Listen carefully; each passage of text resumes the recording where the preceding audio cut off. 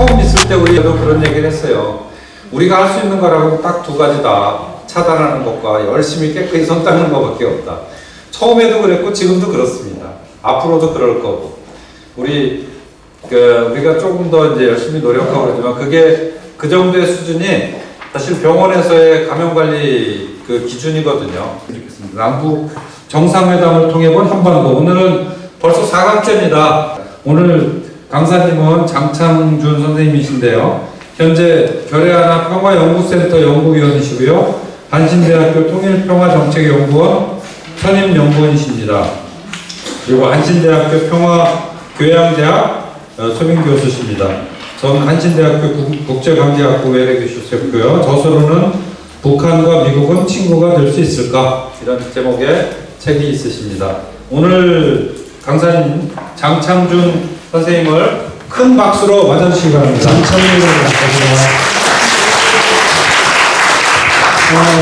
이 문구가 가진 의미가 무엇인지를 하면은 어떤 분들 박수를 치기도 하시고 막 가기 중간에 그렇게 행복한 시간이었는데 어느덧 2년의 시간이 흐르면서 요즘 반응이 시큰둥해졌죠. 그래서 남북관계의 동력특별만이 성실한 것이 사실이고, 그리고 우리 국민들의 마음속에서도 그때 그 뜨거운 열정, 뜨거운 열기가 많이 가라앉은 것도 사실입니다. 저는 그럼에도 불구하고 이 포럼에서 주구장창 똑같은 주제, 남북 정상회담을 통해 본 한반도라고 하는 이 똑같은 주제를 끊임없이 고집을 한 이유가 무엇일까를 곰곰이 생각을 해봤는데, 제가 보기에는 이런 것 같아요. 우리 선생님도 우리 대표하시는 분들이 어떤 마음인지 모르겠으나 제가 내린 결론은요, 어쩌면은 그때 그 판문점 선언이 채택되었던 그때의 그 마음가짐을 다시 한번 새겨보자. 그래서 포기하지 말자. 이런 마음이 하나 있지 않았을까 싶고, 저는 더 중요하게는요, 그때 판문점 선언, 판문점에서의 남북 정상회담과 판문점 선언이 채택되어 있는 과정에서 발휘가 되었었던 어떤 정신 같은 거, 이런 정신을 다시 2020년 되살리자라고 하는 그런 취지가 아니었을까라고 혼자서 생각을 한번 해보면서 오늘 강의를 준비를 하게 됐습니다. 예. 제가 좀 사설이 좀 길었죠? 예. 바로 그래서 넘어보도록 하겠습니다. 그래서 저는요, 사실은요, 2년 전의 강의 내용과 많이 안 다릅니다.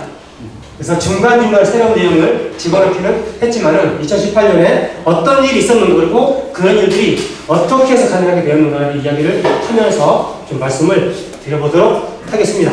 자, 강의 내용은 크게 4가지입니다.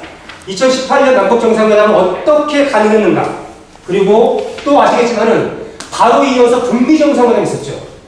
북미 정상회담은 역사상 처음 있는 정상회담이었습니다. 관련해서 제가 재미있는 질문을 드릴까요, 여러분?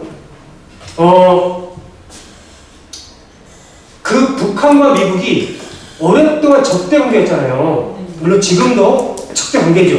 근데 2018년 6월 달에 싱가포르에서요, 북미 양 정상이 만나는 것은 뭐냐면은 적대 관계를 깨자라는 거였어요. 자, 미국과 적대 관계에 있었던 나라들이 꽤 됩니다. 중국도 꽤 오랜 시간 동안 미국과 적대 관계에 있었죠. 자, 중국과 미국이 적대 관계를 깨는 첫 정상회담이 언제 열렸는지 혹시 아십니까? 1972년도. 제가 태어난 해입니다.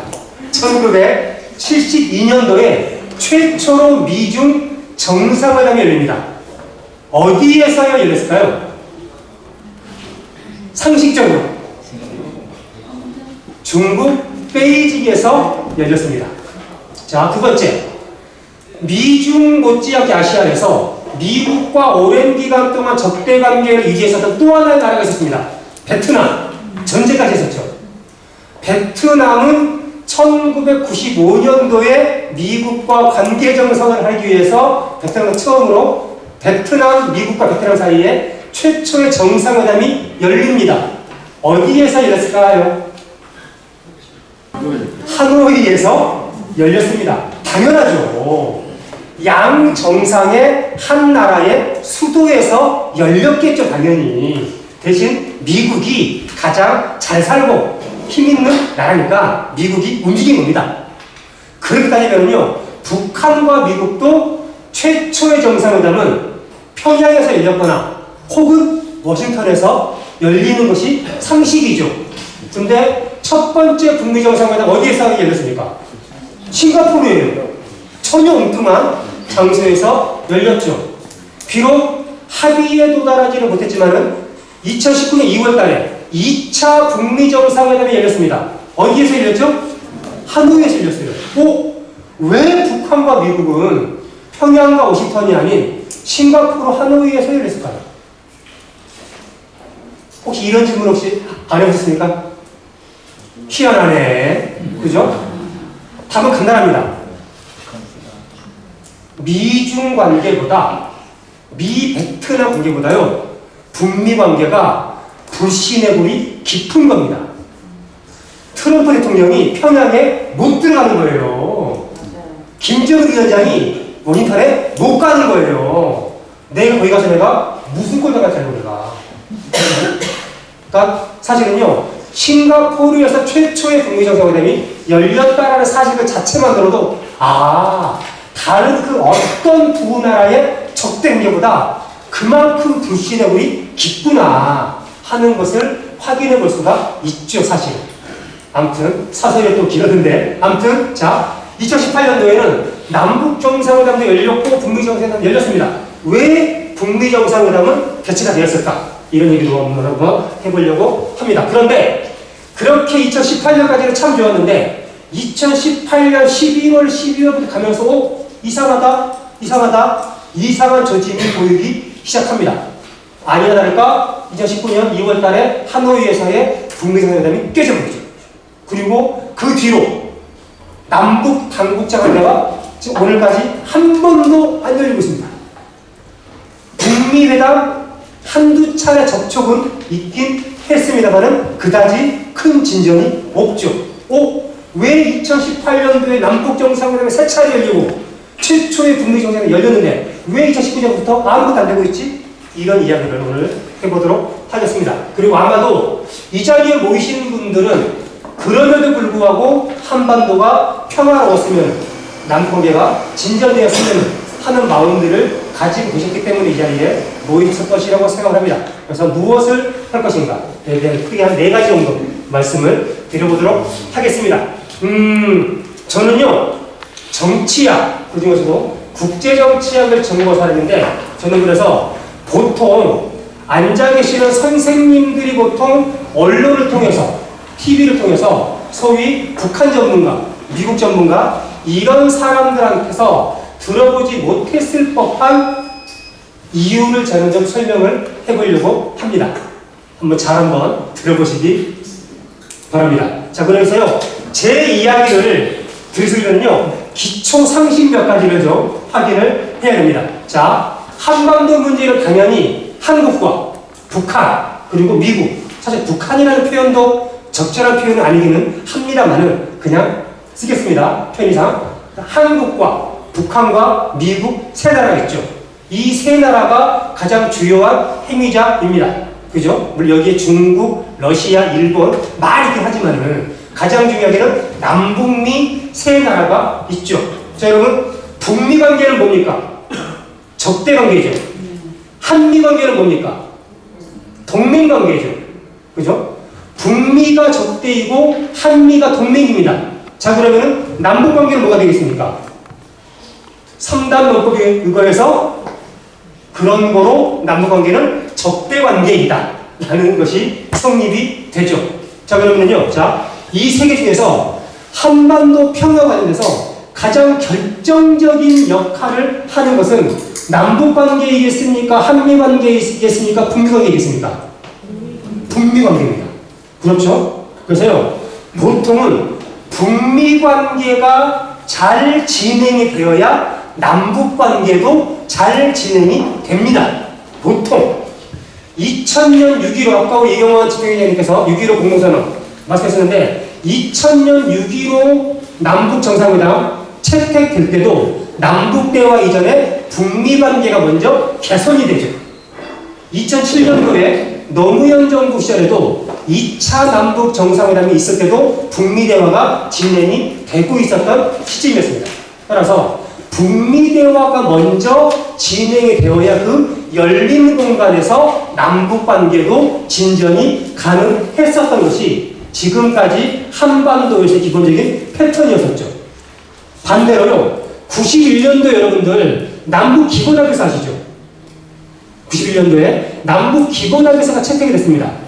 남북 기본합의서가 91년 12월 달에 채택이 되었고 92년까지요 6.15 선언 이후 못지않게 남북 대화가 활발하게 진행됩니다.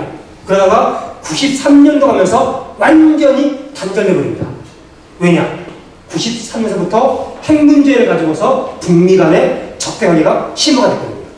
따라서 북미 대화가 열리면 남북 대화가 열리고 북미 대화가 닫히면은 남북 대화가 닫히는 것이 지금까지 기본적인 패턴이었는데 제가 이 말씀을 드리게 드린 이유는 뭐냐? 2018년도는요 그게 아니었다는 겁니다.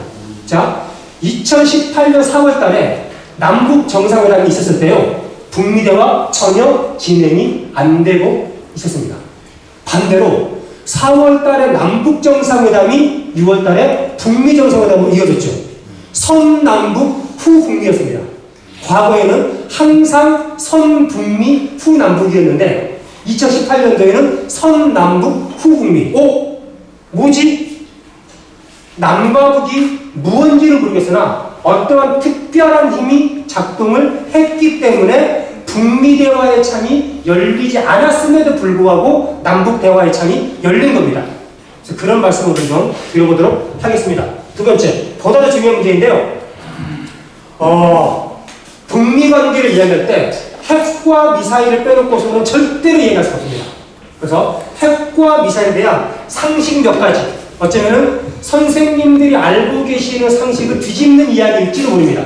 자, 첫 번째, 여러분, 핵무기는 뭐냐면요, 간단합니다. 가장 강력한 수류탄입니다. 수류탄이 뭐죠? 손에 짚고 핀을 뺀 다음에 수류탄 어떻게 해요? 내가 던지고자 하는 것으로 던지죠. 수류탄은요, 발이 없어요. 얘는 혼자 이동하지 않습니다. 얘는 그냥 폭발물일 뿐이에요. 얘가 아무리 뛰어난 폭발물이 갖고 있다 하더라도 얘는 스스로 이동하지 못합니다. 핵폭탄을 이동시키는 장치가 미사일입니다. 그래서요, 여기 있는 것처럼 핵 없는 미사일은 존재할 수 있으나 미사일이 없는 핵은 존재할 수가 없습니다. 미사일이 없는 핵은 뭐겠습니까? 자폭수밖에 안 됩니다. 내 땅덩어리에서 터지는 것도 없어요. 핵무기는 미사일에 장착돼서 날아가야 합니다. 핵무기를 이동시키는 운반 장치가 미사일입니다.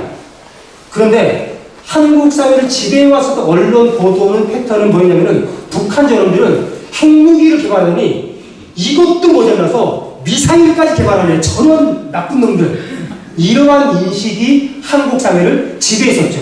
이거는 웃기는 소리입니다. 핵을 만들었는데 미사일이 없다? 미친놈입니다. 그러면. 핵을 만들었을 그 당시에 북한 사람들의 머릿속에는요, 핵을 만든 다음에는 미사일도 만들어야지, 이게 그때부터 머릿속에 세팅이 되어 있었던 거죠. 그죠? 이게 첫 번째 말씀드리고 싶고, 최근에도 북한이 미사일을 가끔씩 쏘긴 합니다만은 2017년까지만 해도 일주일이 멀다 하고 북한이 미사일을 쏴댔습니다. 정말 어마무시하게 쏴댔죠. 북한이 미사일을 쏠 때마다 우리나라 언론에서는 미사일 발사, 북한의 도발, 이런 얘기들이 지배했었죠. 그런데요, 미사일은요, 미사일 발사는 성격이 두 가지로 나뉘어집니다. 미사일은요, 실제 발사가 있어요. 실제 발사는 뭐냐면은 1500km를 날아갈 수 있는 미사일을 1500km로 보내는 겁니다. 이게 실제 발사입니다. 혹은 발사 훈련이라고도 하죠. 그런데 이것만 있는 것이 아니라 미사일은 시험 발사가 있습니다. 시험은 영어로 뭐겠어요? 테스트. 내가 지금 개발하고 있는 새로운 미사일이 잘 작동하는지 작동하지 않는지를 실전 배치하기 전에 개발하는 과정에서 테스트, 시험하는 겁니다. 그래서 2000km짜리 미사일을 개발하는 과정에서요, 내가 지금 개발을 잘하고 있는가를 확인하기 위해서는 굳이 2000km로 보낼 필요가 없습니다. 얘를 높이 쏘아 올려가지고 자기 앞바다에다가 똑 떨어뜨리는 거예요. 그래서 이와 같이 내가 지금 개발하는 미사일이 정상적으로 작동하는지 해서 실패하면은 실패의 원인을 찾아가지고 이제 성능을 개량시키는 거죠. 따라서 북한의 미사일도 시험 발사와 실제 발사 혹은 발사 훈련으로 성격을 구분해서 말해야 됩니다. 모든 나라는 미사일을 가지고 있죠. 우리나라도 미사일을 가지고 있어요. 그 이야기는 우리나라도 미사일 시험 발사를 했다라는 겁니다. 모든 나라들은 미사일을 개발할 수 있는 권리가 있고 따라서 모든 나라들은 시험 발사를 하겠죠. 근데 유독 북한이 미사일을 쏠 때만 시험 발사, 실제 발사 구분 없이 저놈들도 도발했네. 시험 발사는 도발이라고 볼 수 없습니다. 실제 발사를 해야 도발이라고 볼 수가 있는 거죠. 그런 것에 대한 구분이 필요한데 2017년까지 북한이 했었던 상당수의 미사일은 시험 발사였습니다. 미사일을 개발하는 과정이었어요. 개발하는 과정.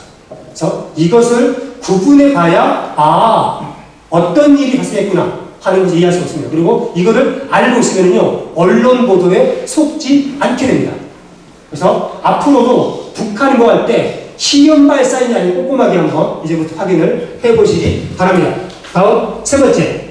자, 여러분 혹시 한미 사이에 군사훈련이 진행되는 건 아시죠?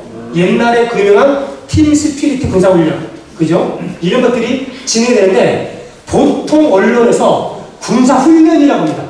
하지만 군사훈련과 군사연습은요 다릅니다. 자, 어떻게 다른지 간단하게 제가 설명을 드려보겠습니다. 프로야구 선수단이 한 1년의 시즌을 마치고 겨울에 따뜻한 남쪽 나라로 전지 뭘 떠나죠? 훈련 떠나죠. 전지 연습 떠난다는 말 안 합니다. 전지 훈련 떠나요. 전지 훈련 가서 뭐 합니까? 체력 단련하고요. 타격 훈련하고요. 수비 훈련하고. 그죠? 훈련은요, 스포츠 선수이건 군대이건 자신의 능력을 증진시키기 위한 일상적이고 통상적인 활동을 훈련이라고 합니다. 그죠? 자, 월드컵 축구를 앞두고 우리나라 월드컵 축구 국가대표팀이 일본과 평가전을 합니다. 연습 경기라고 합니까? 훈련 경기라고 합니까? 연습 경기라고 합니다.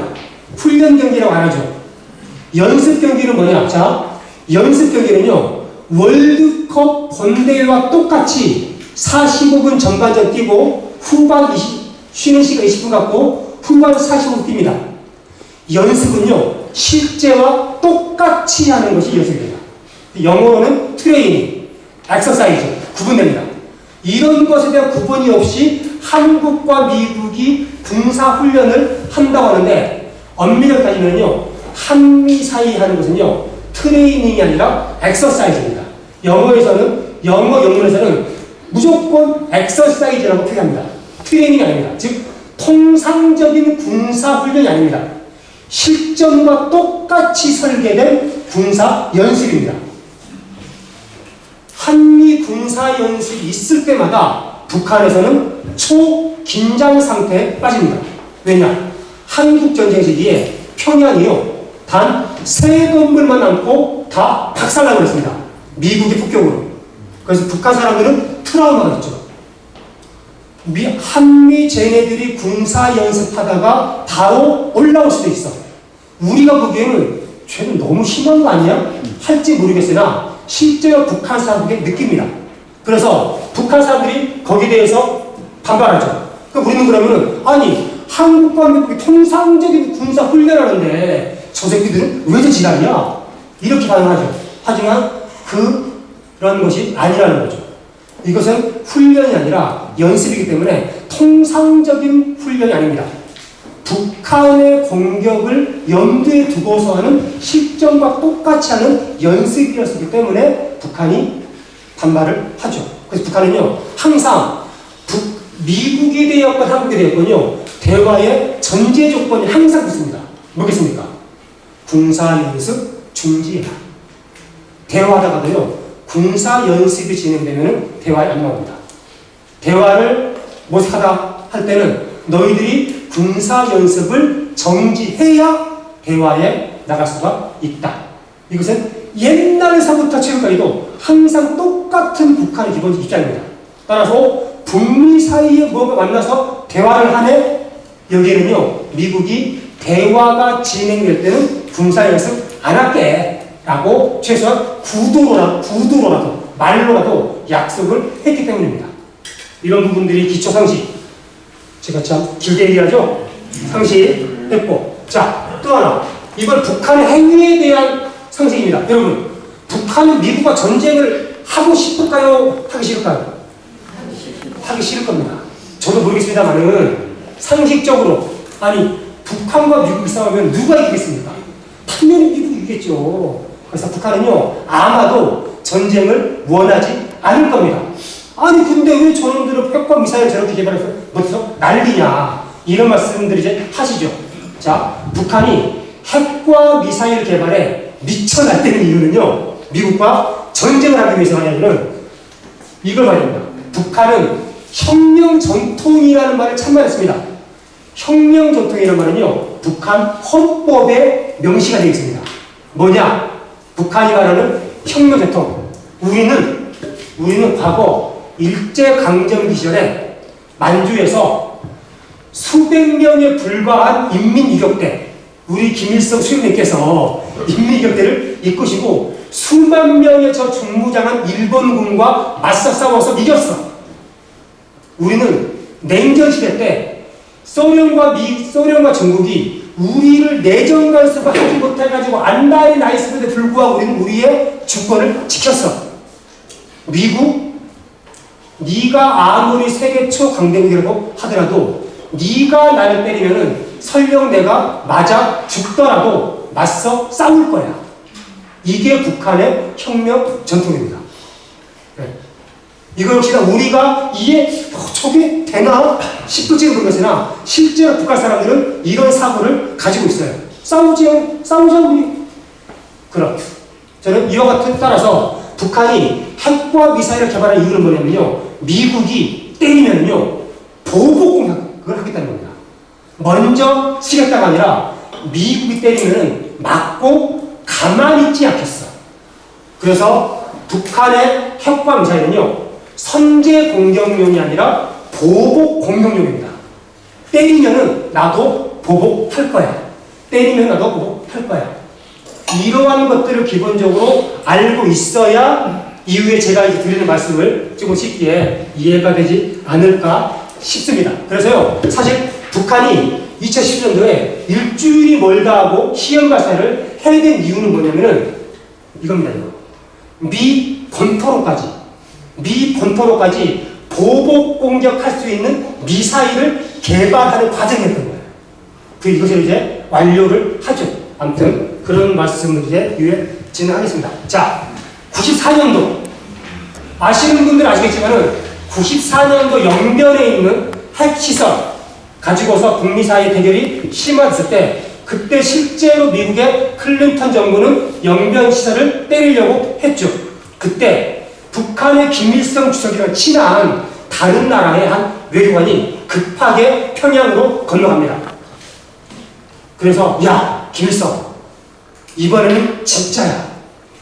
진짜로 미국이 때리려고 해. 이번에는 장난이 아니니까 적당히 미국과 타협해라. 너 계속 이렇게 나가다 큰일 난다. 할 때 김일성 주석이 한 얘기입니다. 저 사람들, 미국 사람들은 셔츠를 벗으라고 하고 코트를 벗으라고 하고 바지를 벗으라고 하고 나중에는 빤스까지 벗기려고 할 것이다. 우리는 그것까지는 받아들일 수 없다. 우리는 차라리 전쟁을 선택하겠다. 미국이 우리한테 부당한 요구하면은 그 부당한 요구에 맞서서 차라리 싸울 거야, 우리. 이렇게 말을 합니다. 저는 이게 아까 제가 얘기했었던 북한의 혁명 전통, 이 전통은 지금도 저는 유지가 되고 있다라고 봅니다. 자, 그래서요, 특히나 김정은 시대에 들어와서 북한이 미사일 개발에 박차를 갑니다. 왜냐? 2000년 중반에 이미 북한은요, 핵무기 개발을 완료했어요. 그래서 북한은 핵을 미사일에 장착할 수 있게 작게 만들고 가볍게 만드는 이런 과정과 더불어가지고 이제 미사일 개발에 박차를 가하죠. 2013, 14, 15, 16, 17년 미사일은 사정거리에 따라서 단거리, 중거리, 장거리로 나뉘어집니다. 멀리 날아가는 거죠. 그리고 잠수함 발사 미사일이 있습니다. 자, 시간이 가면 갈수록 북한이 집중하는 미사일 종류가 뭡니까? 사정거리가 길어집니까? 짧아집니까? 사정거리가 길어지죠. 2017년도에는요, 장거리, 요즘 언론에 참 많이 나오죠. ICBM, 대륙간 탄도 미사일, 미국 본토로까지 핵탄두를 이동시킬 수 있는 미사일을 개발을 하는 겁니다. 이러한 과정으로 북한이 미사일 개발에 박차를 가하죠. 자, 제가 동영상 한 개를 보여드리겠습니다. 북한의 미사일 발사 동영상입니다. 2017년 2월 달에 북에서 실시한 시험 발사입니다.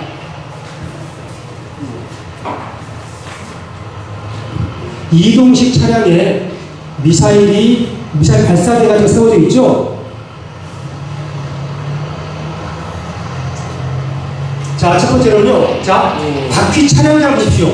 바퀴 차량 바퀴 보니까 여러분, 탱크 바퀴죠. 탄두가 보이죠? 발사대가 세워지고 있습니다.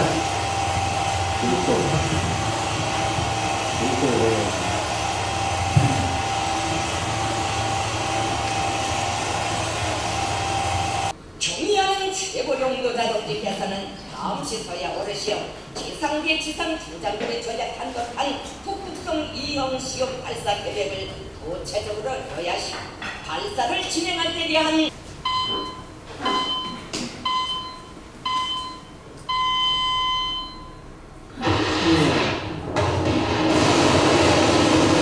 자, 이제 미사일이 발사가 되고 있는데요. 자, 미사일이 어떻게 발사되는지를 잘 보세요.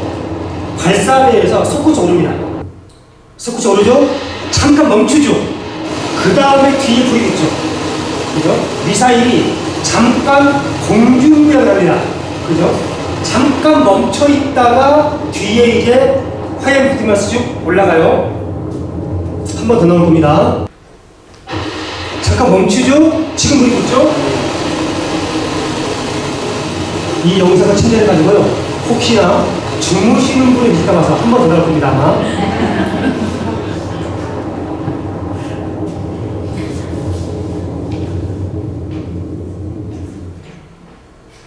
솟구쳐 올랐다가 멈췄다가 지금 불이 붙는 거예요. 이게 사실은 굉장히 중요한 특징입니다. 미사일에. 자, 이제 미사일 위로 쭉쭉쭉쭉 올라가고 있습니다. 근데 미사일 뒤로 뭐가 보이십니까? 하얀 연기가 나오죠. 미사일은요, 연기가 나오는 미사일이 있고 연기가 안 나오는 미사일이 있어요. 얘는 연기가 나오는 미사일입니다. 이것도 굉장히 중요한 특징입니다. 자, 이제 미사일 위로 쭉쭉쭉쭉 올라가고 있습니다. 우리는 연기를 보면서 이제 미사일이 계속 올라가고 있네 확인하죠. 연기를 잘 보시기 바랍니다. 어떤 변화가 보이십니까? 연기가 어떻게 됐죠? 꺾였죠. 미사일 이동 경로가 급격하게 바뀐 겁니다. 이 영상에는요, 굉장히 중요한 군사 전략적 의미가 담겨 있어요. 첫 번째, 자, 보통 미사일은요, 세워진 상태에서 연료에 점화가 되면서 위로 쭉 올라가요. 근데 얘는 뭐냐면은 발사대에서 압력으로 빵 쳐가지고 공중부양을 시켰다가 공중에서 연료에 점화가 되면서 위로 올라가요. 얘는 일반적인 지상발사 미사일이 아닙니다. 뭘까요? 잠수함 발사 미사일입니다. 잠수함 물속에 있잖아요. 물속에서 얼려가지고 수면 위로 띄운 상태에서 점화가 붙어서 올라가는 거예요. 얘는 뭐냐면은 잠수함 발사 미사일을 지상 발사 미사일로 성능을 바꾼 겁니다. 얘 이름이 북극성 2형이에요. 그러면은 북극성 1형은 뭐겠어요? 잠수함 발사 미사일이죠. 북극성 2형 잠수함 발사 미사일을 지상 발사로 바꾼 다음에 2자를 붙인 거예요. 작년에 북이 북극성 3형을 시험 발사했어요. 이건 다시 잠수함 발사 미사일이에요. 아무튼 따라서 이 영상 뭐냐면 이놈들이 잠수함 발사 미사일을 가지고 있겠네? 그죠? 이런 추론이 가능해지죠. 잠수함은요, 얘는요, 굉장히 독특한 물체입니다. 얘는 물속에 가라앉으면요, 위치를 아무도 알 수 없어요. 공격을 할 수 없어요. 딱 한 가지 정도, 배 타고 바다에 가서 배에서 수직으로 전파 쏩니다. 수직으로서 전파가 잠수함 맞고 튕겨져 올라오는 신호를 확인하고 내 밑에 잠수함이 있네. 이렇게 바뀌는 위치를 확인할 수가 없어요. 따라서 잠수함의 군사 전략적 의미는 뭐냐면은 설령 다른 모든 미사일 기지가 공격으로 박살나더라도 얘가 살아남아가지고 보복 공격을 할 수도 있다는 겁니다. 설령 미국이 육지에 있는 모든 미사일 기지를 박살내버리더라도 우리 잠수함으로 너희 보복 공격할 거야. 뭐 이런 의미가 담겨져 있는 거죠. 자, 그 다음 두 번째, 연기가 나오는 미사일, 연기가 안 나오는 미사일이 그랬어요. 자, 미사일은 연료에 따라서요, 연기가 나오는 게 있고 안 나오는 게 있는데, 미사일 연료는 액체 연료이거나 고체 연료이거나 둘 중에 하나입니다. 자, 연기가 나오는 미사일은 고체 연료입니다. 연기가 안 나오는 미사일은 액체입니다. 통상적으로. 이해를 모르겠어요, 그러면? 고체죠. 액체 연료와 고체 연료의 차이, 간단하게 설명을 드리겠습니다. 다들 운전하실 겁니다. 자, 기름 떨어지면 뭐합니까? 주유하죠. 기름 넣죠. 기름 넣는데 자동차 정도 기름 넣어도 1분 걸리죠. 미사일 연료통은 큽니다. 자, 액체 연료 미사일은요, 발사하기 전에 주유를 해야 됩니다. 얼마 동안? 1시간만 동안. 액체, 얘는 산화성이 높아가지고 미리 주유해놓고 일주일, 2주일 되지 못해요. 쏘기 전에 주유하는 겁니다. 액체 연료 미사일은요, 1시간 반 걸립니다. 미국에서 북한으로 ICBM이 나가는 데 걸리는 시간 30분입니다. 기름 넣다가 다 죽는 거예요. 그게 액체 연료 미사일입니다. 고체는 여러분 핸드폰 어때요? 찰칵 윙 하죠. 5분 안에 발사가 가능합니다. 예를 들어서 김정은 최고 사령관 동지께서 발사라고 하는 명령이 떨어지면은 액체는 1시간 반 뒤에나 발사가 되는 것이고 고체는 5분 뒤에 발사가 되는 거예요. 그 이야기는 미국의 군사적 움직임에 실시간으로 대응을 할 수가 있다. 그래서 고체 연료가 훨씬 더 개발이 어렵죠. 많은 기술을 요구하죠. 고체 연료 미사일입니다. 미국 너희 우리 쏴 나도 다 쏠 거야. 이런 겁니다. 세 번째, 미사일이 급격하게 방향을 틀었어요. 미국이 자랑하는 첨단 무기 체계가 미사일 방어 체계입니다. 사드 또 MD의 일종이죠. 미사일 방어 체계는요, 원리는 간단합니다. 물론 현실에서는 대단히 어려우나 원리는 간단합니다. 이 미사일이 날아가는 속도랑 성능 보니까 10분 뒤에 얘가 일로 오겠네 해서 요격 미사일이 여기를 향해서 날아가서 꼭 시키는 거예요. 그래서 얘가 내 땅에 안 떨어지게 하는 거죠. 자, 근데 이건 뭐예요? 자, 10분 뒤에 일로 오겠네 해서 요격 미사일이 날아갑니다. 뭐예요? 방향을 바꿀 수가 있다. 즉, 미국의 MD 요격망을 피해서 어떻게든 미 본토로 나는 떨어뜨릴 거야. 이런 기술을 끊임없이 개발을 해왔던 거죠. 네. 무슨 말인지 이해되세요? 따라서 이건 뭐냐면요, 이건 북한이 이런 거예요. 자, 여러분 제가요, 이 영상을 제가 2017년 2월달에 한 건데 바로 제가 이 영상을 제가 입수했다는 거 아닙니까? 입수해가지고 오늘까지 가는 곳마다 이 영상을 틀고 다녀요. 사람들이 저한테 이제 조심스럽게 오셔가지고 묻습니다. 이 영상을 어디서 누구한테 어떻게 입수를 당신 혹시 혹시 북쪽에서 내려온 거 아니야? 이런 의식의 눈초리 혹은 걱정스러운 눈초리로 저를 틀어주시죠. 이거요, 북한이 공개한 겁니다. 북한이 공개한 글을요, 유튜브에 달수있는 거죠. 저는 연합뉴스에서 다운받았어요. 연합뉴스에서. 자, 문제는 뭐냐, 여러분. 북한이 이 영상을요, 자신의 통신사인 조선중앙통신 홈페이지에 올립니다. 이거는요, 어마어마한 군사 전략적인 담겨 있는 거예요. 국가 기밀사항이에요. 근데 이 영상 올려요. 공개하는 거예요. 왜 공개했을까요? 그렇죠. 근데 여기에 대한 설명을 하는 전문가가 한 명도 없어요. 이 새끼들 또 이거, 이 도발 미친놈들 이거밖에 하지. 쟤네들 왜 공개했지? 없어요. 저만 이런 얘기를 하고 2년 동안 싸우도록 다녔습니다. 공개한 이유는 간단합니다. 미국 너희는 우리를 어떻게든 때리고 자기는 공격하지 않는다, 이렇게 안심하고 있는데, 우리 어떻게든 너한테 보복 공격을 할 거야.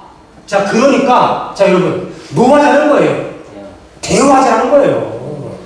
너는 지금 힘으로, 군사력으로 우리를 풀려고 하는데, 안 돼, 임마. 너도 맞아. 그러니까, 대화하자. 라는 메시지를 영상을 띄우면서 보내는 거죠. 이 메시지를 끊임없이 묵살해 왔던 거예요. 묵살. 그러니 북한은 점점 더 센 무기, 점점 더 센 영상을 끊임없이 보내는 거죠. 이것이 지금까지의 패턴이었습니다. 자, 어쨌거나 이런 과정을 거치다가 드디어 2017년입니다. 27년. 자, 북한이 이러한 영상 공개했어요. 아, 이놈들이 미사일 수준이 장난이 아니네. 이런 거죠. 저 같은 놈이 이런 분석을 하는데 미국의 고위 정부 분석가들이 이런 분석 못하겠습니까? 그죠? 와, 장난인데? 뭐겠어요? 어떻게든 이놈들이 더 이상 개발하기 전에 어떻게 되겠다? 없애야 되겠다. 생각하겠죠. 그죠? 국제정치에서요, 다른 나라의 미사일 무기를 없애는 방법은 딱 두 가지가 있습니다. 뭘까요? 하나는 때려서 없애는 거죠. 두 번째는요, 협상해서 없애는 겁니다. 때려서 없애거나 살살 꼬드겨서 없애거나. 그죠? 그래서 혹시 기억나십니까? 2017년 1년 내내 미국에서 때리자, 대화하자, 때리자, 대화하자 1년 내내 이 논쟁을 합니다. 어떻게든 북한 이놈들이 저렇게 미사일 개발하는 것을 두고 볼 수는 없다. 때리자, 대화하자, 때리자, 대화하자 1년 내내 반복되죠. 그러다가 자, 혹시 기억나세요? 트럼프 대통령이 북한을 완전히 파괴해버리겠다, 이런 발언을 합니다. 사람들은 트럼프 대통령이 완전 파괴, totally destroy라고 하는 이 발언에만 집착하는데요. 저는요, 왜 하필이면 트럼프 대통령이 9월 19일 날, 8월 19일도 아니고 10월 19일도 아니고 왜 9월 19일 날 이 발언을 했을까? 여기에도 주목해야 한다고 저는 생각합니다. 자, 답하기 이전에 트럼프가 저렇게 나오면은 북한에서는 이렇게 나옵니다. 미국 통수권자의 망발의 대가를 반드시 치러야 된다. 밑에 어떤 결과가 나오는지 두고 보자. 뭐예요? 붙어보자는 겁니다. 혁명 대통령이야. 네가 날 파괴한다고? 오케이! 붙어보자, 우리 한번. 네가 이기나? 내가 이기나? 사실은요, 지금 제가 장난스럽게 말하지만요, 이때는 굉장히 위험한 상황이었습니다. 사실은. 어마무시하게 위험한 상황이었었죠. 두 나라 모두 핵무기를 가지고 있어요. 핵무기의 통제권을 가지고 있는 양쪽의 군 통수권자가 죽여버릴 거야, 붙어보자, 이러고 운동이다, 이거. 미쳐버리는 거죠. 저 정도가 미쳐버릴 것 같은데 문재인 대통령이 얼마나 미쳐버릴 것 같겠습니까? 중국의 시진핑 얼마나 미쳐버릴 것 같겠어요? 아무튼 엄청나게 위험한 순간이었습니다. 사실은. 자, 근데 어쨌거나 9월 19일이라고 했죠. 왜 9월 19일일까? 답은 여기 있습니다. 자, 이게 북한 미사일의 발사를요, X축과 Y축으로 그래픽으로 나타낸 겁니다. 자, 여러분, X축은 미사일의 이동 거리입니다. Y축은 미사일이 올라간 높이입니다. 자, 여러분, 빨간색과 녹색은 뭐였어요? 시험 발사입니까? 아니면 실제 발사입니까? 이게 바로 실제 발사입니다. 그리고 이건 뭐예요? 시험 발사인 거예요. 얘가 이만큼 날아갈 수 있는 거를 높이 뛰어가지고 뚝 떨어뜨린 거예요. 자, 여러분, 자, 시험 발사 17년 5월 14일, 2017년 5월 14일까지 북한은 시험 발사를 계속했습니다. 그런데요, 잘 보세요. 2017년 8월 29일입니다. 뭐예요? 오! 실제 발사인 거예요. 2017년 9월 15일이죠. 9월 15일 또 발사합니다. 이 그래픽은요, 두 가지 북한의 미사일 발사의 패턴에 두 가지 변화가 보이죠. 7월, 8월을 기점으로 북한이 시험 발사에서 실제 발사로 넘어가는 겁니다.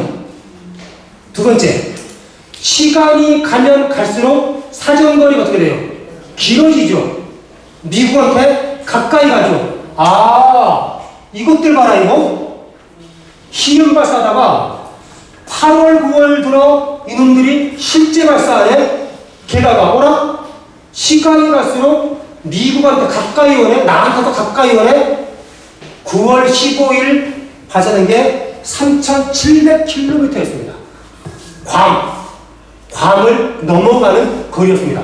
트럼프. 이것들 봐라, 이거. 다음에 또 쏘면은 하와이네? LA 앞바다로 쏘겠다는 거구나. 너희들 한 번 더 쏘아 죽여버릴 거야. 이게 9월 19일에 완전 파괴 걸립니다. 무슨 말인지 아시겠죠? 네? 그리고 김정은 뭐예요? 우리 또 쏠 거야. 5천, 6천, 7천 쏠 거야. 한번 붙어보자. 정말 위험한 상황이었죠. 자, 당연히 10월 달에 북한 미사일 안 쏩니다. 12월 달에 북한 미사일을 쏘려고 준비를 합니다. 정말 미쳐버립니다. 우와! 그래서 미사일을 쏘죠. 2017년 11월 29일입니다. 근데 여러분, 우리 아무 일도 일어나지 않았죠? 그죠? 자, 이 미사일요, 사정거리 13,000km였습니다. 북한에서 뉴욕까지 11,000km입니다. 뉴욕 지나서요, 대서양에 떨어뜨릴 수 있는 미사일을요, 아주 높이 올려가지고 시험을 산 거예요. 자, 이겁니다. 이렇게 높이 올렸다가 뚝 떨어뜨린 거예요. 얘 정상적으로 발사했으면요, 이렇게 날아가는 미사일이었습니다. 13,000.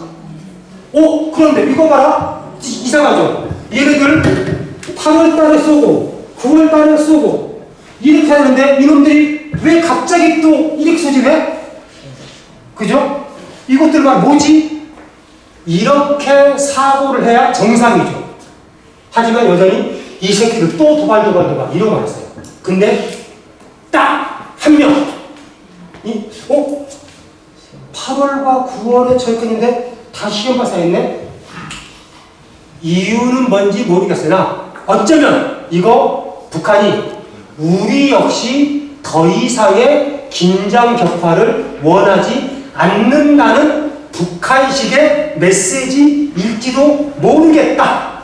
앞서 제가 동영상을 보여준 것이 저거 대화 메시지 아니야? 라고 해석을 해야 되는 것처럼 이와 같은 발사 패턴의 변화를 가지고서 저거 북한도 쫄아서인지 뭔지는 모르겠으나 북한도 저거 대화하자는 거 아니야, 저거? 이렇게 생각할 사람이 한 명 있었죠. 그 사람이 누구였냐? 다행히도 한국에 있었어요. 서훈 교수님 아니고요. 저는 힘이 없어요, 저는요. 자, 서훈 국정원장이었습니다. 이 사람이 읽은 거예요. 야, 안 되겠다. 국정원의 대구 라인이 많을 거 아닙니까? 총동을 시켜. 그래서 대북 통로를 만듭니다. 그래서요, 나중에 알려진 이야기인데 2017년 12월 달에 서훈 국정원장과 이것의 파트너가 북한 수성노동당 통일조선부예요.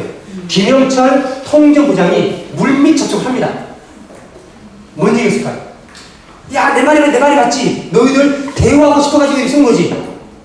야, 네가 드디어 우리에 대해서 읽어주었구나.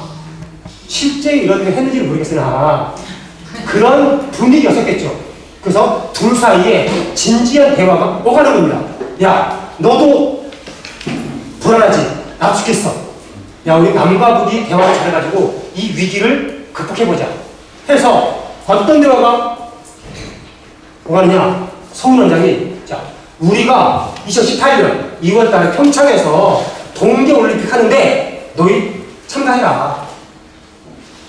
그래서 우리가 한번 평화를 한번 만들어보자. 제안합니다. 김영철 통전부장, 오케이. 참가할 용이 있어. 단 조건 하나가 있어. 조건이 뭐였을까요?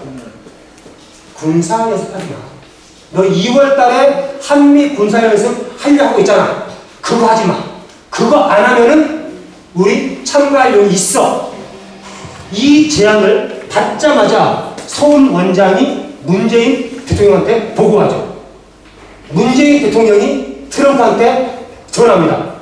12월 15일입니다. 야, 트럼프, 우리가 지금 이렇게 하고 있는데 우리 일단 대화를 해보자. 그래서 현재 위기를 한번 극복해보자. 그러기 위해서는 한미 군사연습을 평창 올림픽이 끝나는 3월 말까지만 연기를 해보자. 트럼프도 그래? 오케이 해보자. 이와 같은 과정이 17년 12월 달에 이루어졌던 거예요. 그래서 여러분들 기억납니까? 작년 10년 사이, 2018년 10년 사이 갑자기 김정은 위원장이 막 평창올림픽 참가하겠다 이 말을 한 이유가 그 이전에 물밑 접촉이 상당히 진행이 된 결과였던 거죠. 그리고 우리가 잘 알고 있는 평창올림픽에 한번 김여정이 오고, 그죠? 김영남 상임위원장이 오고, 그리고 김여정이 김정은 위원장의 정상회담 메시지를 가지고 오고, 문재인 대통령이 직접 확인하기 위해서 특사를 평양에 보내고, 이런 과정이 이루어지는 거죠. 그 과정을 다들 잘 아실 거라고 생각을 합니다. 자, 또 하나 중요한 거. 이런 게 우리나라의 언론의 보도가 안 되는 게 심각한 문제입니다. 2018년 2월 28일자 미국 뉴욕타임스 기사입니다. 자, 2월 중순에 이 사람이 미 합참의장이에요. 미국의 군 수뇌부들이죠. 군 수뇌부들이 하와이 기지에 모여가지고 군사 훈련이 아니라 트레이닝이 아니라 뭡니까? 엑서사이즈 합니다. 테이블탑이라고 하는 엑서사이즈를 진행을 하는데 당연히 군사 기밀사항이죠. 공개 안 됩니다. 그런데 이 연습이 뭐였는가를 암시하는 한 문장의 기사가 이 기사 안에 한 문장이 안에 있습니다. 이겁니다. 그들은 북한의 은폐된 군사시설을 기습 공격하는 것을 방해하는 많은 장애물들이 있다는 사실을 알게 되었대요. 이 하나의 문장에는요, 굉장히 중요한 두 가지 정보가 담겨져 있습니다. 첫 번째 뭡니까? 테이블탑 엑사이즈에 뭐였어요? 북한의 군사시설을 기습 공격하는 것이었죠. 그죠? 아까 뭐라고 했어요? 때리자 대화하자. 그죠? 때리자 대화하자. 끊임없이 때리자 대화해서 때리기 위한 옵션을 구축하기 위해서 군 수뇌부들이 모여서 연습을 합니다. 그런데 두 번째 정보. 자, 성공을 한다는 겁니까? 실패한다는 겁니까? 많은 장애물들이 있다는 사실을 알게 되었대요. 뭐예요? 아, 실패하는구나. 모든 시뮬레이션 돌려가지고 기습공격. 기습공격은 뭐냐면요, 우리는 때리고 북한의 보복 공격은 받지 않는, 그래서 속전속결로 북한 미사일 기지를 촉투화시키는 이러한 연습을 했는데, 못 때리는구나. 뭐겠어요? 때리면 나도 맞는구나 라는 사실을 군 수뇌부가 깨닫게 되는 겁니다.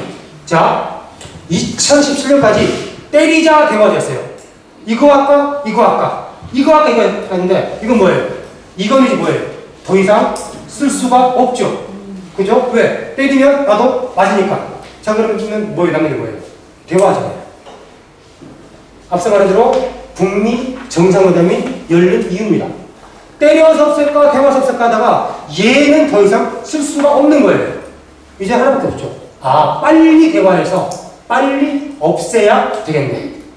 그래서 2018년도 1월 이후에 미국의 대북 정책이 이제 급선에 타는 거죠. 자, 그런데 앞서 말한 것처럼 자, 청와대 국가안보실장입니다. 정의용. 김여정으로부터 정상회담 메시지를 받은 문재인 대통령이 안 되겠다. 내 특사를 직접 평양에 보내서 김정은을 직접 만나게 해야 되겠다. 해서 특사를 보내죠. 평양에서 이제 만나고 있는 겁니다. 이 자리에서 김정은 위원장의 정상회담 의지를 확인하죠. 그럼 이 자리에서 김정은 위원장이 또 하나 이런 얘기를 해요. 문재인 대통령도 만나고 싶고 미국의 트럼프 대통령도 만나서 대화하고 싶다. 라는 말이에요. 뭡니까? 간접적으로 한국 정부 통해서 북미 정상회담을 타진하는 거예요. 당연히 정의용이 와가지고 대통령한테 보고한 다음에 바로 미국으로 가죠. 트럼프를 만납니다. 야, 내가 만나보니까 우리 김 위원장이 노랑도 하고 싶대. 자, 말한 것처럼 미국은 때리자 대화하자 하다가 때리는 안 되기 때문에 이제는 빨리 대화해서 풀어야겠다 하거든 찰나에 정의용 메시지를 본 거예요. 뭐예요? 이 자리에서 오케이 확인하고 된 겁니다. 이거는 트럼프의 캐릭터 아닙니다. 트럼프 캐릭터가 아니라요. 미국의 안보 정책상에서 필연적인 결과입니다. 이거는 오바마였다고 하더라도 마찬가지였을 거예요. 아무튼 이런 과정으로 북미 정상회담이 합의가 이루어지는 거죠. 그리고 우리가 잘 알고 있는 이제 판문점 멜사 정상회담 이거는 세세한 내용 굳이 하지 않겠습니다. 자, 다음은 폼페이오 미 국무부 장관. 이렇게 북미 정상회담을 하고 나서 미 국무부 장관 인사청문을 하는데 폼페이오가 이런 말을 합니다. 미국은 한국과 일본의 전략적 억제력을 계속 제공하겠지만은 이번 북미 정상회담의 목적은 미국에 대한 북한의 핵 위협을 제거하는 것에 있다. 우리가 김정은을 만나려고 하는 이유는 한국을 위협하는 북한, 일본을 위협하는 북한이 아니라 미 본토를 위협하는 북한, 이 문제를 처리하려고 하는 것에 있다. 한 달에 또 얘기합니다. 우리의 목표는 미국의 이익은 LA가 되었건 덴버가 되었건 뉴욕이 되었건 오늘 아침 북한의 미사일이 우리 미국에 닿아서 발사되지 않도록 하는 것에 있다. 뭐예요? ICBM입니다. 북한의 ICBM을 어떻게든 막아야 되겠다. 이거죠. 그죠? 자, 그래서 이와 같은 과정을 통해서 북미 정상회담이 이루어지는데 저는 그래서요. 2018년도 남북 정상회담도 그렇고 북미 정상회담도 그렇고요. 이것이 성사되었었던 결정적 힘은 두 가지입니다. 첫 번째, 아까 제가 그런 얘기 했었죠. 2017년 11월 달까지 엄청 위태로운 상황이었어요. 근데 17년 12월 달에 서울 원장이 이거 봐라. 혹시 대화자료 아니야? 했다고 했죠. 근데 우리가 망각을 했는데요. 만약에 촛불이 일어나지 않고 박근혜 정부가 그대로 유지가 되었다고 한다면 그때 박근혜 정부였습니다. 그죠? 박근혜 정부였다고 한다면 북한의 그런 미사일 발사에 대해서 북한이 대화자라고 하는 해석을 못했겠죠. 그죠? 따라서 2018년 2월달 평창올림픽 과정에서 이루어진 남북 간의 대화 이 분위기는요. 촛불에 힘겼던 겁니다. 촛불이 일어나지 않았으면 아마도 2018년도에 그런 상황은 만들어지지 않았겠죠. 두 번째, 북한이 보복 공격 능력을 갖춘 겁니다. 미국 본토로까지. 미국이 이제 내까지를 때리면은 쟤도 나를 때리겠네. 나 그러면 못 때리겠네. 저는 결정적으로요. 2018년도에 그 힘은 저는 한쪽에서는 북한이 ICBM을 개발함으로써 보복 공격 능력을 갖게 된 것이고 이것만으로 이루어지지 않죠. 이와 같은 북한의 움직임을 가지고서 저것은 대화하자라고 하는 메시지야 라고 해석할 수 있는 정부를 우리 국민이 뽑았기 때문에 이것이 가능했던 거죠. 저는 그래서 2018년도에 제가 첫 페이지에서 이전에 모든 남북대화는 북미대화가 이루어져 다음에야 진행이 됐는데 2018년도에는 다르게 북미대화가 먼저 이루어졌다. 저는 그 힘이 저는 여기에 있었다라고 생각합니다. 저는 그래서 이것이 굉장히 중요하고 결정적인 의미를 갖는다라고 생각을 합니다. 아무튼 그런 것입니다. 자, 이거는 6월달에 북미 정상회담, 싱가포르 회담입니다. 싱가포르 공동성명입니다. 이것 또한 굉장히 재밌습니다. 자, 두 번째 보겠습니다. 김정은 위원장과 트럼프 대통령은 새로운 조미관계 수립이 조선반도 세계 프레임워크요, 조선반도의 평화에 이바지할 것이라는 것을 확신하면서 호상 신뢰 구축이 한반도의 비핵화를 추동할 수 있다는 것을 인정했어요. 그죠? 자, 여러분 잘 보세요, 여러분. 자, 여기서는요 세 가지 의제가 나오죠. 북미 관계, 그죠? 한반도 평화, 그리고 비핵화. 세 가지 의제가 나오는데 여러분, 북미 관계가 먼저입니까? 한반도 평화가 먼저입니까? 시간상으로. 이 문제에 따르면 북미 관계가 정상화가 되어야 한반도 평화에 이바지하는 거죠. 선 북미 관계, 후 한반도 평화입니다. 자, 그 다음에 여러분, 비핵화는 이거보다 앞에 있습니까? 뒤에 있습니까? 뒤에 있죠. 그죠? 아, 이거 보니까 1순위 북미 관계, 2순위 한반도 평화, 3순위 비핵화. 1순위와 2순위를 해나가는 과정에서 너와 나 사이에 형성된 신뢰를 가지고서 비핵화를 해나가자. 신뢰가 있어야 나도 핵을 내려놓지 않겠냐. 뭐 이런 거죠. 그죠? 그래서 이 2018년 6월달 북미 정상회담의 가장 중요한 의미는 뭐냐면요, 다른 무엇보다 북미 관계 정상화를 앞순위에 두는 최초의 합의가 이때 이루어집니다.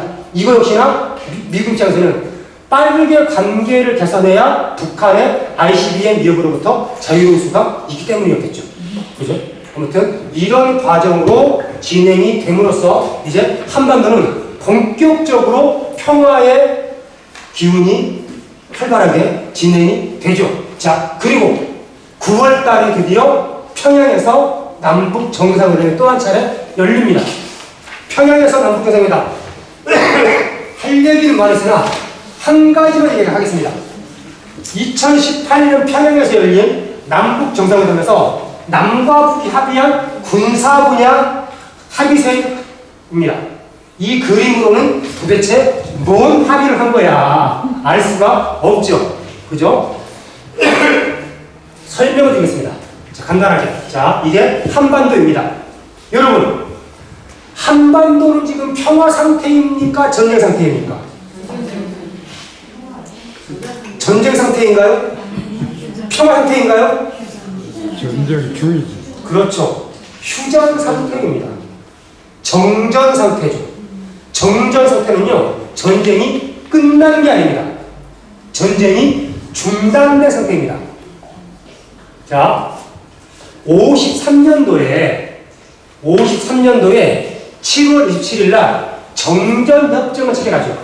정전협정은 뭐냐면요, 평화협정을 맺기 위한 전 단계예요. 왜냐? 평화협정을 맺으려면 회담이 진행이 돼야 되잖아요. 회담을 하는데 전쟁이 벌어지고 있으면 회담이 안 될 거 아니에요. 그래서 회담의 원활한 보장을 위해서 교전 행위를 중지시키는 겁니다. 군사적 적대 행위를 정지시키기 위한 합의가 정전협정이에요. 그래서 53년 7.27 정전협정은요, 군사분계선이 있죠. 자, 이렇게 군사분계선이 있습니다. 그래서 육지에 위로 2km, 아래로 2km, 여기가 그 유명한 뭡니까? DMZ, 비무장 지대가 됩니다. 비무장 지대는요, 간단합니다. 이 안에서 서로 총질하지 말자. 밖에서 안으로 총질하지 말자. 안에서 밖으로 총질하지 말자. 완벽한 비무장지대. 일체의 무장도 하지 않는 거죠. 그런데 시간이 오랜 기간 경과하면서 한반도는 중무장지대가 되어버렸죠. 비무장지대인데 사실상 중무장지대가 되어버립니다. 그런데요, 육지는 그나마 낫습니다. 바다는요, 정전협정상에서 합의된 군사분계선이 없어요. 아예 없어요. 육지에서만 끝나버립니다. 그런데 잘 아시겠지만요, 대한민국에는 서해 5도가 있어요. 위도상으로 여기보다 훨씬 더 높은 곳에 있습니다. 그리고 밑에 있지만 북한의 영토가 이렇게 되어 있죠. 가장 취약한 곳입니다. 북한의 위협에 가장 가까운 곳에 노출되어 있는 이 지역입니다. 한미 양국이 북한의 위협으로부터 서해 5도를 지키기 위해서는 바다에도 무언가 기준선이 있어야 될 거 아니에요. 뭔가 기준선이 있어야 군사 작전을 짜겠죠. 그래서 한국과 미국이 북한과 상의하지 않고 서해 5도를 지키기 위한 군사 기준선을 긋습니다. 이 섬 위로 그었겠습니까? 아래로 그었겠습니까? 당연히 위로 그었겠죠. 북한이 이걸 봤어요. 기분 나빴겠죠. 이것들 봐라 이거. 나랑 한마디 상의 없이 선을 그어 안 되겠다. 우리도 선 긋자. 섬 위로 그었을까요? 아래로 그었을까요? 안타깝게도 아래로 그어버린 거예요. 네? 이래 버리니 서해 5도가 있는 이 바다는요, 남과 북이 서로가 다 자기네 바다를 우기는 상황이 만들어져 버린 거죠. 이래서 육지에서 떡하면 시끄럽죠. 바다에서 떡하면 교전이 일어났었던 것이 남북 군사 상황이었습니다. 이거를 앞서 보여드린 평양에서 합의한 군사적 합의서는 뭐냐면요, 이것이 한반도의 상황이었는데 우리 이러지 말자, 우리 싸우지 말자, 전투하지 말자 해서, 자, 군사분계선을 기준으로 육지에서는요 위아래 10km, 총 20km 구간으로 비무장지대와 같은 지대를 넓혀버립니다. 그리고 군사분계선이 없는 이 바다 우리 이렇게 하지 말고 위아래 40km, 80구간에, 80km 구간에 걸쳐서 이것을 해역에서의 비무장지대화 시켜버리자. 동해도 마찬가지. 공중은 이쪽은 위아래 10km, 오른쪽은 산간지대가 많아서 위아래 20km. 이곳 안에다가 전투기를 띄우지 말자. 자, 이 새로운 합의가 이행만 잘 되면은 남과 북 사이에 충돌이 나겠습니까? 안 나겠습니까? 안 나는 겁니다. 그죠? 그래서 보통 우리가 새로운 평화라고 말하는 이유가 이런 것 때문입니다. 자, 근데요, 이거는요, 사실상 정전협정을 다시 쓴 거죠. 누가요? 남과 북이. 그죠? 남과 북이 사실상 미국이 관리해 왔었던 정전협정, 이것을 남과 북이 새롭게 써버린 것과 똑같은 효과가 나타나는 거예요. 이때부터 미국이 이거 봐라, 남북관계 너무 지나치게 나가는데 얘네들 안 되겠는데, 그 전까지는 북한의 ICB의 위협을 줄이기 위해서 좋아, 남북관계 대화 좀 하고 하자 했는데, 어라 이거 봐라, 너무 지나치게 나가는 거 아니야 얘네? 좀 속도 조절이 필요할 것 같은데, 이런 사고가 이제 미국 내에서 나오는 겁니다. 자, 그래서 어떤 말이 나오느냐, 평양에서 정상회담 있기 전에, 정상회담 직전에 미 국무부가 경고를 날리죠. 어떻게? 남북관계는 북한의 비핵화 진정과 밀접하게 연결이 된다. 뭐예요? 북미 관계보다 지나치게 앞서가지 마라. 즉, 평양에서 정상회담 너무 지나치게 큰 합의하지 말아라 라는 경고장을 날렸는데, 남북 정상회담에서 아까와 같은 내용을 합의를 해버린 거예요. 미국이 위기의식을 느꼈죠. 와, 이거 안 되겠네, 이거. 안 되겠다. 자, 이말 기억납니까? 10월 달에 트럼프가 이런 말 하죠. 한국은 나의 승인이 없이 아무것도 할 수 없다. 영어로 어프루벌은 뭐냐면요, 자, 회사 우리 사장님이나 상무님이나 좀 고위 계시는 분들 아마 결제 많이 하시죠? 결제가 영어로 어프루벌입니다. 나의 결제가 없이 아무것도 못한다는 거예요. 뭐예요? 너희들 이제부터는 우리가 일일이 통제하겠어. 일일이 사인하겠어.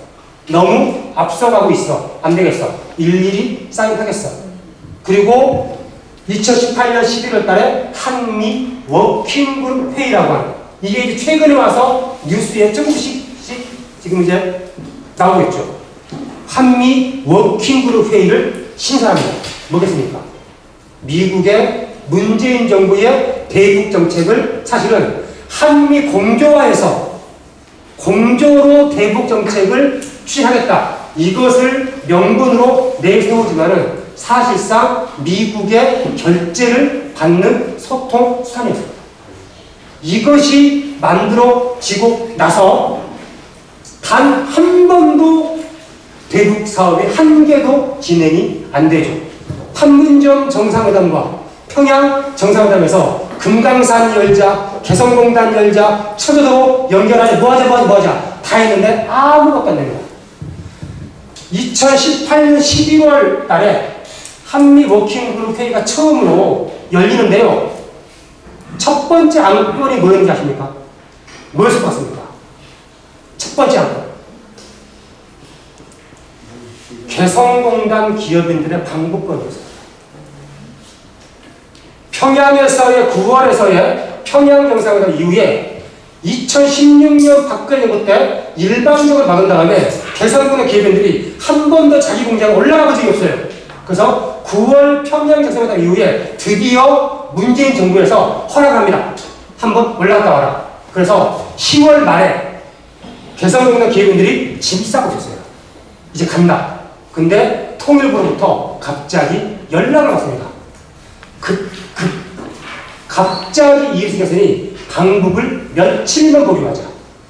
그래서 보류를 했는데 한미 워킹그룹 회의 첫 번째 안건으로 개성공단 기업인들의 방북권이 올라왔고, 당연히 우리 문재인 정부는 미국과 협의하여서 미국의 승인은 아니라 미국의 동의를 구하는 절차를 밟아야 미국이 안 돼. 해버리죠. 그로부터 아무것도 지금 안 되고 있는 상황이 연출이 되고 있습니다. 혹시 이런 기사 없습니까? 거대한 사기극. 자, 2018년 12월달입니다. 미국의 언론에서 북한의 미사일 기지와 관련돼서 북한의 거대한 사기극이 지금 펼쳐지고 있다는 거예요. 뭡니까? 북한과 어떠한 대화 모두 이건 사기일 뿐이야. 북한은 핵과 미사일을 전혀 포기하지 않을 거야 라고 하는 이제 미국 언론의 총공세가 시작이 되죠. 재미난 것은 뭐냐면요, 이 언론 보도가 나오자 우리나라 언론 보도의 보도 행태, 자 제가 그 당시 몇 개 검색을 했더니 관련 기사가 쭉 뜹니다. 자, 4개의 기사가 나왔는데요. 기사 제목에 공통적으로 들어가 있는 한 단어가 있습니다. 미사일 빼고 미신고. 그렇죠. 자, 이 기사 제목 보세요. 뭡니까? 아, 북한 이놈들이 신고하지 않고 몰래 숨겨놓고 미사일을 개발하는 기지가 있구나. 역시 북한 놈들은 믿을 게 못돼. 트럼프도 속고 있는 거고 문재인도 속고 있는 거고, 그래서 이 거대한 사기극 이 연출되고 있는 거야 라는 겁니다. 여러분데요, 웃기지 않습니까? 여러분, 세상에 미사일 기지를 신고하는 나라가 있을까요, 없을까요? 우리 미사일 어디 있고요? 어디 있고요? 어디 있어요? 신고하는 나라 있겠습니까, 없겠습니까? 없습니다. 더 보시면요, 설령 우리나라가 미사일 신고를 하고 싶어도요, 신고를 받을 국제기구가 없습니다. 그래서 이 기사는요, 사실을 얘기하고 있죠. 북한의 모든 미사일 기지는 미신고 미사일 기지 맞습니다. 하지만 북한만의 미사일 기지의 미신고가 아니라 전 세계에 있는 모든 미사일 기지는 다 미신고예요. 마치 북한의 미사일만 신고되지 않은 것처럼, 북한의 미사일을 몰래 숨겨놓고 개발을 하고 있는 것처럼 되고 있는 거죠. 미국의 언론과 한국의 언론이 합작을 해가지고 속지 마라, 김정은에게 속지 마라, 쉽게 말해서, 그리고 북한과 대화하면 안 된다, 이런 뉘앙스를 이제 본격적으로 풍기기 시작을 합니다. 당연히 2월 달에 2019년 2월 달에 하노이에서의 정상회담을 성공하기가 어려웠죠. 그 후의 상황입니다. 자, 2018년도 앞서 말한 것처럼 한미 군사 연습이 중단됐어요. 한미 군사 연습이 중단됐기 때문에 북한이 대화에 나온 거예요. 2018년은 1년 내내 단 한 번도 한미 군사 연습이 진행이 안 됐습니다. 그런데 그랬더니 북한도 미사일 발사를 중지시키죠. 하노이 회담 작년에 끝나고 나서 다시 한미 군사 연습이 재개됩니다. 당연히 북한도 미사일 발사 재개하죠. 한미 국기로 회의 이후 문재인 정부의 대북 정책은 빵입니다. 한미대전이 안 되고 있습니다. 자, 미국의 대북 압박이 단지 북한에게만 가해지는 것이 아니라 문재인 정부에게도 강력하게 가해졌던 거죠. 그 결과 2019년부터는 아무것도 안 되고 있는 상황이 만들어지고 있다. 자, 이거는요, 북한이 올해 2월 1일 날 북한은 해마다 신년사라고 하는 것을 발표하는데 올해는 신년사를 발표하지 않았죠. 그 전날에 있었던 당회의에서 결정된 사안입니다. 사실상 신년사와 똑같은 겁니다. 거기에서 나온 북한이 올해 이렇게 하겠다라고 밝힌 몇 가지 대목입니다. 북한은 어떻게 나갔을까요? 다시 혁명 전통을 강조했을 겁니다. 아마도. 그죠? 자, 보세요. 미국이 북미 대화를 불순한 목적 실현에 악용하는 절대로 허용하지 않겠다. 라고 말합니다. 2018년도에 북미 정상회담이 결국은 미국의 불순한 목적 실현이었던 거구나. 자, 북한이 악용하는 것을 허용하지 않는 방법이 한 개밖에 없습니다. 뭐겠습니까? 대화에 안 나가는 겁니다. 이게 뭐냐면요, 우리 미국과 대화하지 않겠어요. 대화 안 하고 뭐 하는 거냐?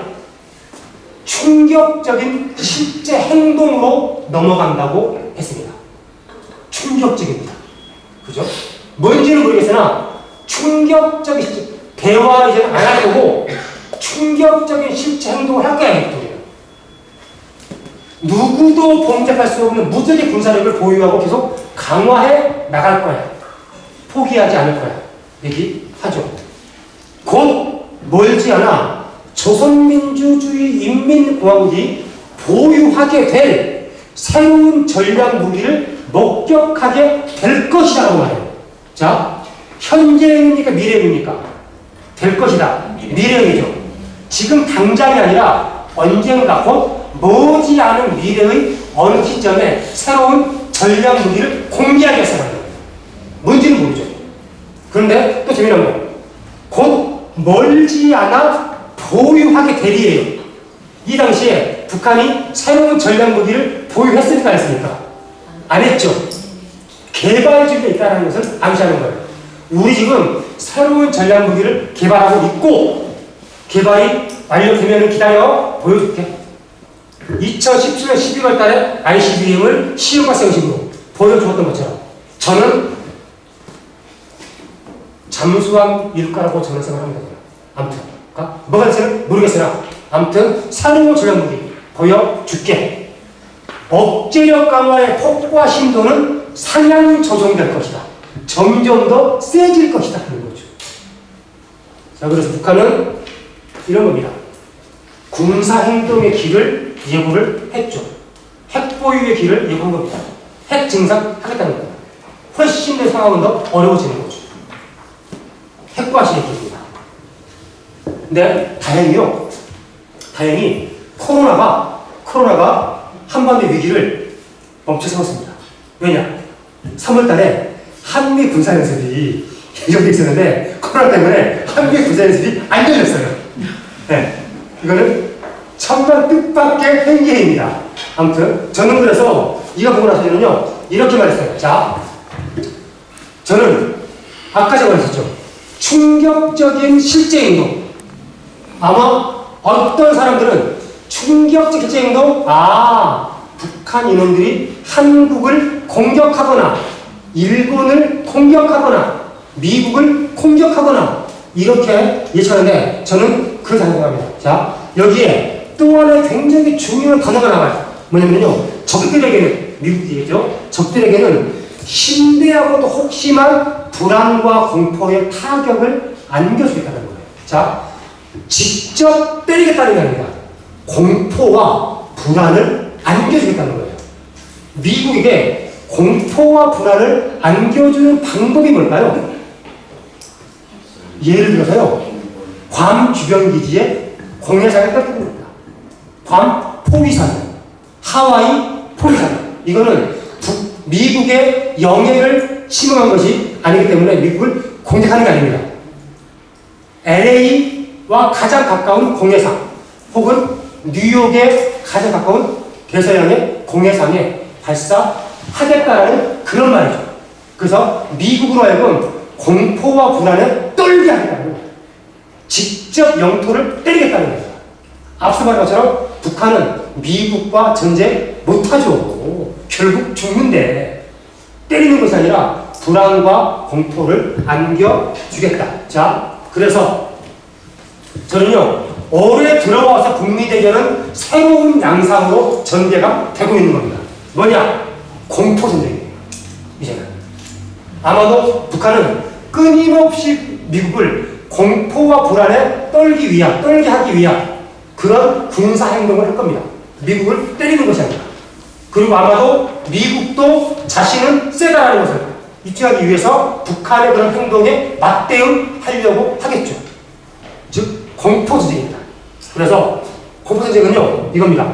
누가 더 위협을 받는가, 누가 더 공포를 느끼는가. 북한이 먼저 공포를 느끼면 북한이 먼저 항복하고 나오는 것이고, 미국이 먼저 공포를 느끼면 미국이 먼저 항복하고 나온다. 즉 상대방이 공포에서 도저히 참을 수 없을 지경에 이르기 전까지는 어쩌면 북미 대화는 대화가 안 될 겁니다. 굉장히 새로운 상황이 만들어져서 이것이 2월부터 급격히 악화될 것이라고 예상을 했었는데 코로나가 이 위기를 잠시 멈춰 세웠다라고 생각을 합니다. 하지만 코로나가 정리되는 대로 혹은 코로나가 장기화되면 미국이 무한정 군사연습을 중단하지는 않겠죠. 이제 8월 달에 얼마 남지 않았습니다. 8월 달에도 대규모 군사연습이 해마다 있어 왔습니다. 어차피 8월 달에 미국이 군사연습을 재개할지도 모르죠. 그러면은 제가 2월 달에 얘기했으면 이것이 8월 달에 이제 재연될 가능성을 배제할 수가 없죠. 하지만 생각해보세요. 저는요, 이런 시나리오를 그렸습니다. 자, 군사연습을 합니다. 북한이 여기에 반발합니다. 그래서 모종의 군사행동을 합니다. 했더니 미국이 한반도에다가 이제 전략 폭격기니 항공모함이니 막 보냅니다. 북한이 수위력사 점령도 올라가겠죠. 올라가면 예를 들어서요, 태평양 상공에서요, 북한의 미사일이 날아가고 미국의 미사일이 날아온다. 북한의 미사일이 미국을 때리는 게 아니고 미국의 미사일이 북한을 때리는 것이 아니고 미국의 미사일이 자기의 주권에 따라서 행동하는 겁니다. 미국이 자기의 주권 행사로 대북 제재를 하고 말고는 미국이 결정할 문제예요. 최소한 미국이 한국 정부에게 하지마 이럴 수는 없죠. 그죠? 저는 그래서 한미 북핵 부분은요, 우리의 직권을 침해하는 심각한 문제다 라는 인식이 저는 필요하다고 생각합니다. 방위비 분담금 요즘에 시끄럽죠. 트럼프가 6조 원을 내라고 합니다. 작년에 6조였어요. 6배. 정말 장난 아니죠. 그죠? 아무튼. 근데요, 방위비 분담금은요, 한마디로 말해서 미국이 한국을 지켜주기 위해서 주둔하기 때문에 미군의 주둔 경비를 한국도 같이 내는 거예요. 그죠? 자, 그러면 생각해보세요. 2018년도에 한반도의 상황은 2017년도에 비해서 더 평화로워졌습니까? 더 안 좋아졌습니까? 평화로워졌죠. 2018년도의 한반도의 상황은 최소한 2017년에 비해서 평화로워졌어요. 그러면 미국의 한국 방어에 대한 책임이 커진 겁니까? 작아진 겁니까? 작아졌죠. 그러면은 우리가 부담해야 되는 분담금은 올라가는 게 상식입니까? 내려가는 게 상식입니까? 내려가는 게 상식이에요. 근데 2019년에 방위 분담금 올라갔어요. 그리고 올해는 6조를 내라고 지금 압박을 가하고 있는 겁니다. 이것이 다 우리의 주권입니다. 더 이상. 과거에는 진짜로 북한의 이 핵검사의 위협이 떨고 있을 때였는데 2018년 이후에 남과 북이 맞먹으면 한반도 평화를 만들어서 있구나라는 것을 했잖아요. 이제는 그것이 우리가 우선적으로 추진해야 될 일인 거죠.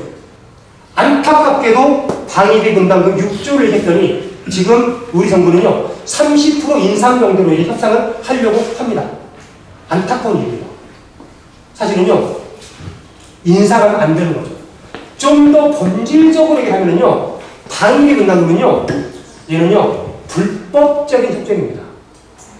방위비 분담금의 상위법이 소파예요. 혹시 소파 전문 읽어보신 적 없죠? 그죠? 그거 엄청 깁니다.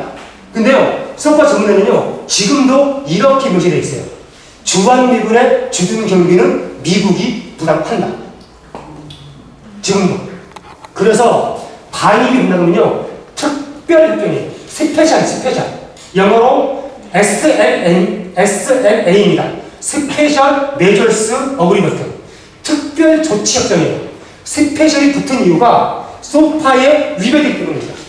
소파에 비록 위배되지만은 소파에서는 주한미군 모든 주둔 경비는 미국이 부담한다고 명시가 되어 있지만은 특별하게 합의를 했다는 거예요.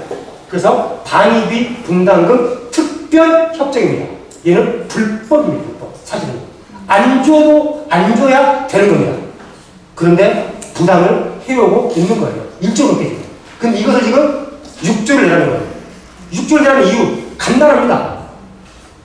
미국의 경제가 어렵죠. 재정 적자 심합니다. 국방비를요 점점 줄이고 있어요. 그래서 사드 운용비 지금 성주에 배치되어 있는 사드 운용비를 한국이 내라는 겁니다. 주한미군 인건비 한국이 내라는 겁니다. 우리 힘들어 죽겠어. 네가 내.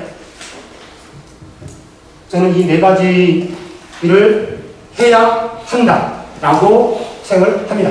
자, 마지막입니다. 자, 한동안 10년 넘게요, 우리를 지배했었던 것이 한반도 비핵화였습니다. 하지만 북한은 비핵화를 하려고 했죠. 그리고 대북 제재니 뭐니 사실 다 비핵화의 영역에서 간주가 되던 문제였습니다. 비핵화를 위해서는 대북 제재는 필요해. 이런 거였죠. 하지만요, 저는 지금은요, 대북 제재는요, 비핵화의 범주의 문제가 아니라 대한민국의 주권 범주로 옮겨져 버렸습니다.